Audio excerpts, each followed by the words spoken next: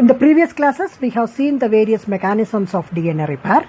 And to concise everything in this particular video, we will see the various animations, how exactly this DNA repair mechanisms works out. So we have seen what is DNA repair. It is a collective process by which the DNA, whatever the damage which has happened to the DNA, will get rectified.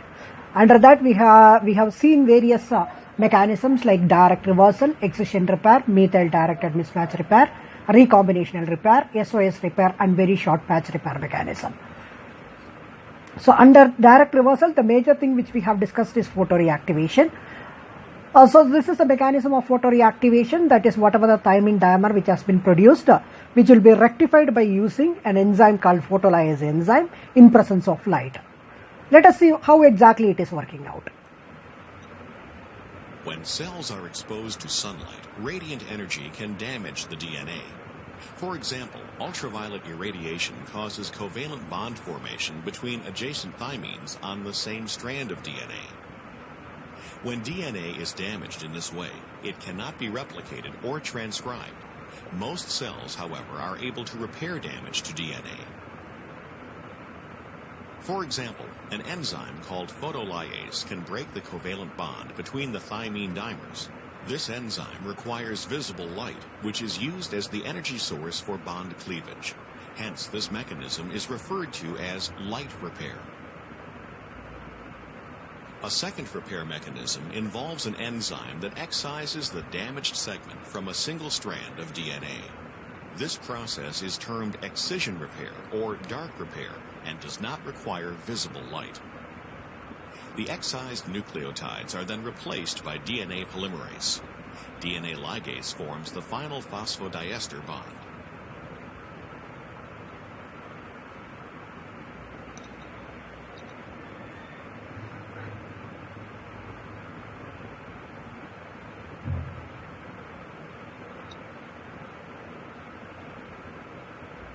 So this is how the mechanism of photoreactivation works out. And next we have seen nucleotide excision repair, in which there are different genes which are involved: UVR-A, UVR-B, UVR-C, and UVR-D. So two subunits of UVR-A combines together with UVR-B, locates the lesion, and after that UVR-A will dissociate from that particular complex and UVR-B2 will remain there.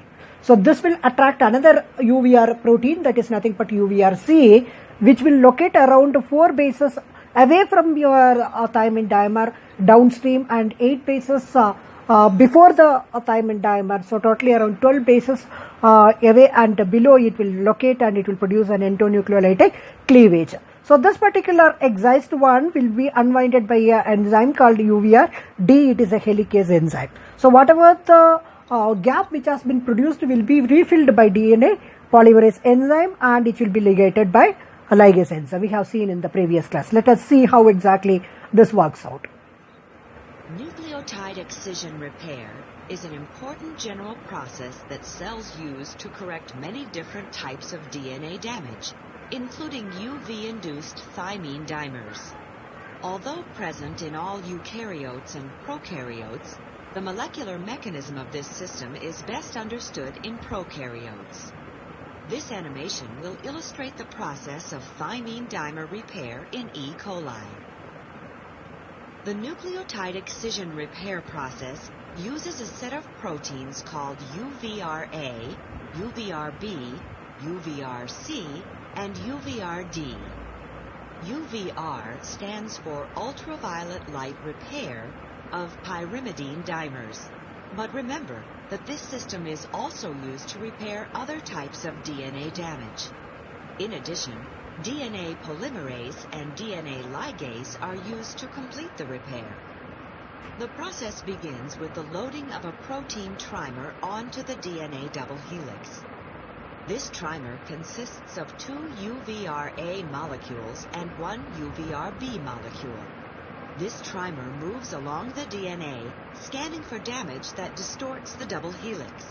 When the trimer encounters DNA damage, such as a thymine dimer, it stops. The UVR-B protein remains at the damaged site, while the 2 UVR-A proteins are released. UVRC then binds to the site and makes 2 cuts on the damaged strand. Both cuts are several bases away from the damaged site. UVRD, a helicase, then binds to the site and separates the segment of damaged strand from the rest of the DNA molecule. UVRB, C, and D are then all released from the damaged region. This leaves a gap that is filled with the proper nucleotides by DNA polymerase and then sealed by DNA ligase. The end result is that the damaged DNA has been replaced with the correct bases.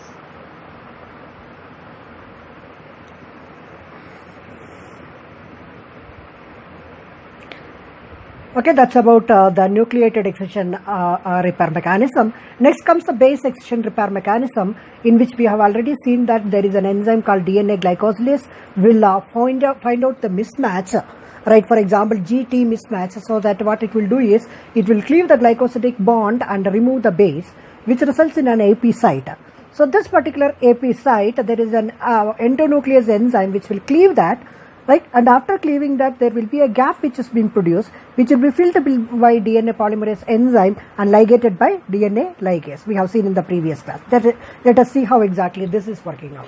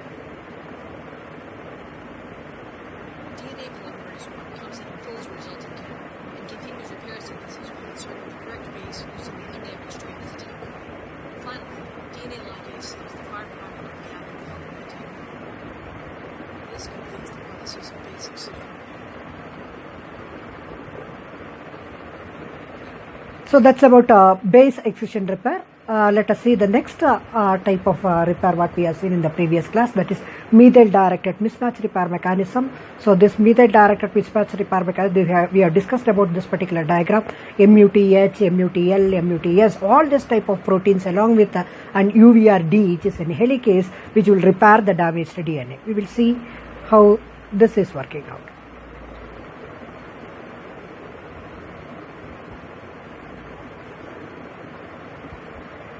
This is a video of the animation of this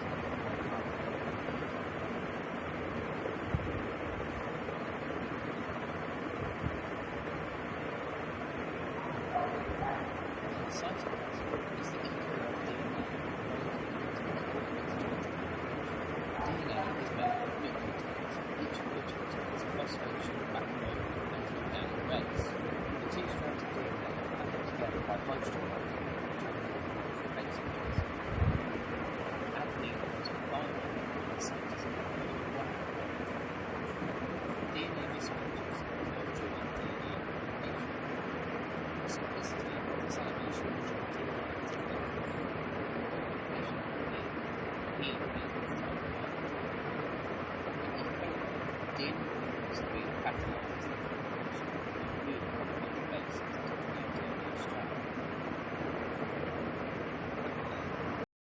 So the methyl directed mismatch repair mechanism, how it works, so we will see.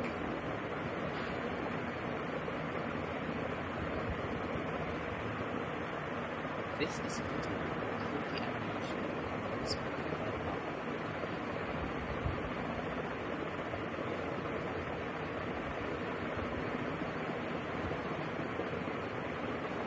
The cytoplasm is the key of DNA.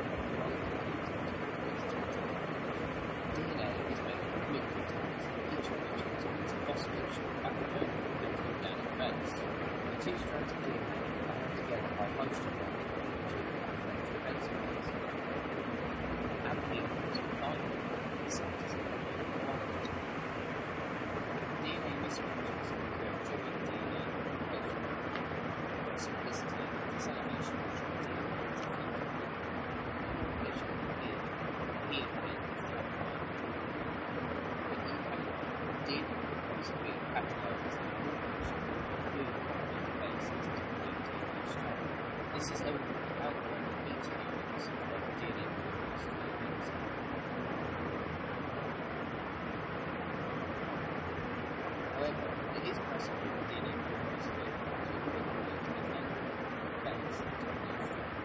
This is known as mismatch, and mismatch can result in a protein to these two pairs. First step in the mismatch repair pathway of the DNA is recognition of mismatch by the mutase of the mutase recognises the mismatch, binds to it, then the mutase binds to mutase at a later stage of the mismatch repair pathway. Meanwhile, after a base pair, the mutated protein recognises the G, H, and C site. Mutate is a weak-ending nuclease which will create a backbone excision between one and the messages of the synthesized strand and activate. Mutate is able to differentiate between the non-synthesized strand and the template strand, while the lack of methylation is the synthesized strand. This is why the pathway is also known as methylvector transfer.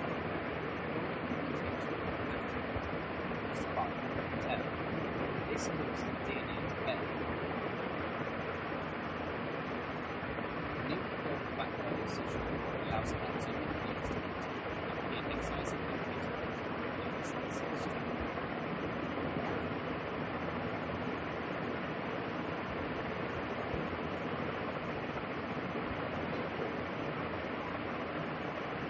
The exonuclease excises the mismatched protein and stops excising just beyond it.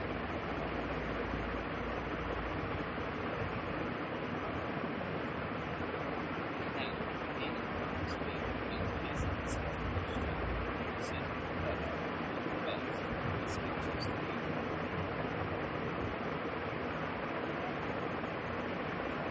The final step is for DNA ligase to ligate the backbone of DNA. The mismatch pathway is now complete, and all the newly synthesized DNA is mentioned into the new strand.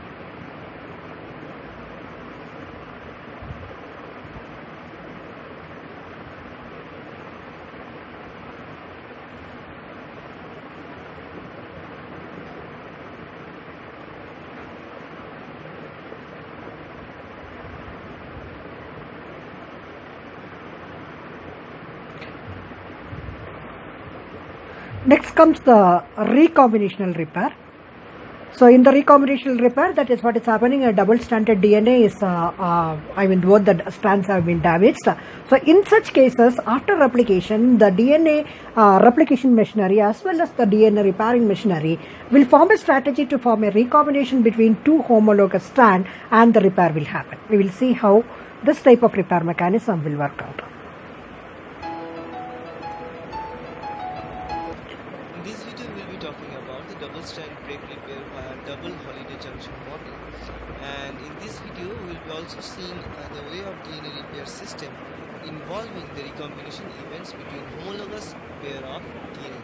Now let us see, these two DNAs are homologous with each other, so they are having enormous region of DNA strand sequence similarities between themselves. So one of these DNA, homologous DNA, have a break in both of its strands, as you can see in this picture, which is the blue colored DNA.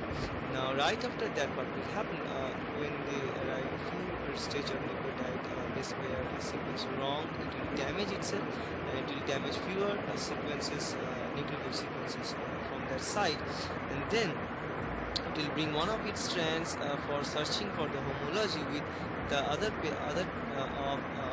one of this homologous pair of the DNA, and one strand from each of these homologous DNA will pair with each other by finding the homologous regions. Then the elongation process of nucleotide sequences occur. Now, as we have seen in this case, that two regions or two strands are broken in the previous case, so we need to find two different ways of recombining those. So the other strand will come, and then they will search for the homologies too. So this is the strand which is remaining searching for homology, and to find it, and then with the structure like that. Then if we correct this by rotating this strand here, and then what we formed two migration junctions. A branch migration can occur, and right after the branch migration, these two junctions, or you can call them holiday junction, arrived here. We need to resolve these junctions due to the basic property of like that of the homologous recombination scheme. Now this cleavage can occur perpendicularly or horizontally or vertically. So in this case we cleave it horizontally. As a result, it produces structures, and the resetting of the gap can be done. And here let us cleave it vertically, and they form different structure like that. Right after that, what we produced two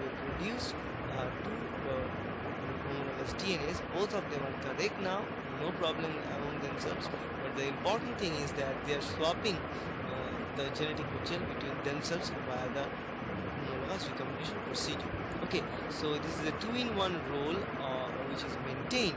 One is that the recovery of the DNA sequence, and the second thing is that the shuffling of the DNA element.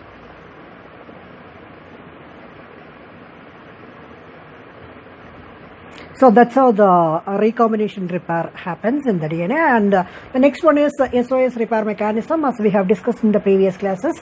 That is, if no other repair mechanism can individually counterattack the damage, a collective process will happen. It is called save own sold repair mechanism. So we will see the save own sold repair mechanism. I mean, this is the diagram which we have discussed in the previous class. So how exactly the RECA protein will activate, or it will autocleave the LEXA protein, and it will express all the LEX genes required for the repairing of the DNA. So this is how the process works out.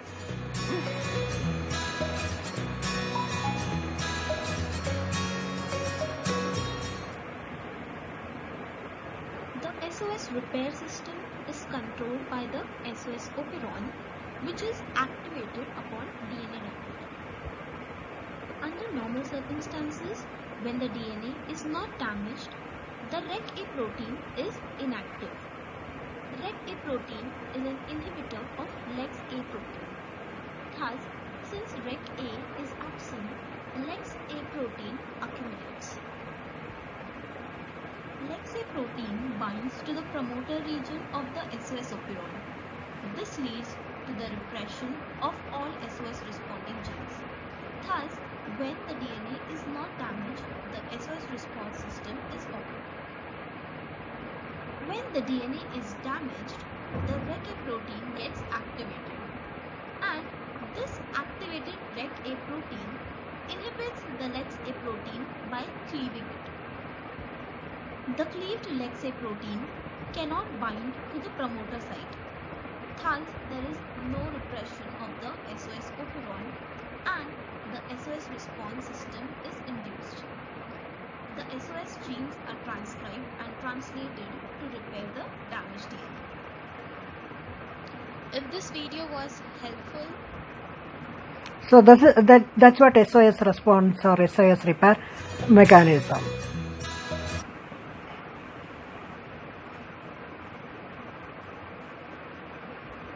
Okay, so this is exactly the same of base excision repair. It is very short patch repair mechanism. The only thing in very short patch repair mechanism, it is very particular to GT mismatch. We have already seen that if a mismatch is there, this DNA glycosylase will come over there and it will cleave the glycosidic bond, and with the help of what MUTHLS genes or MUTHLS protein, that will be rectified. So this is what very short patch repair mechanism. I'm not going to discuss in detail because we have already seen in the previous class how exactly it is working out. Thank you.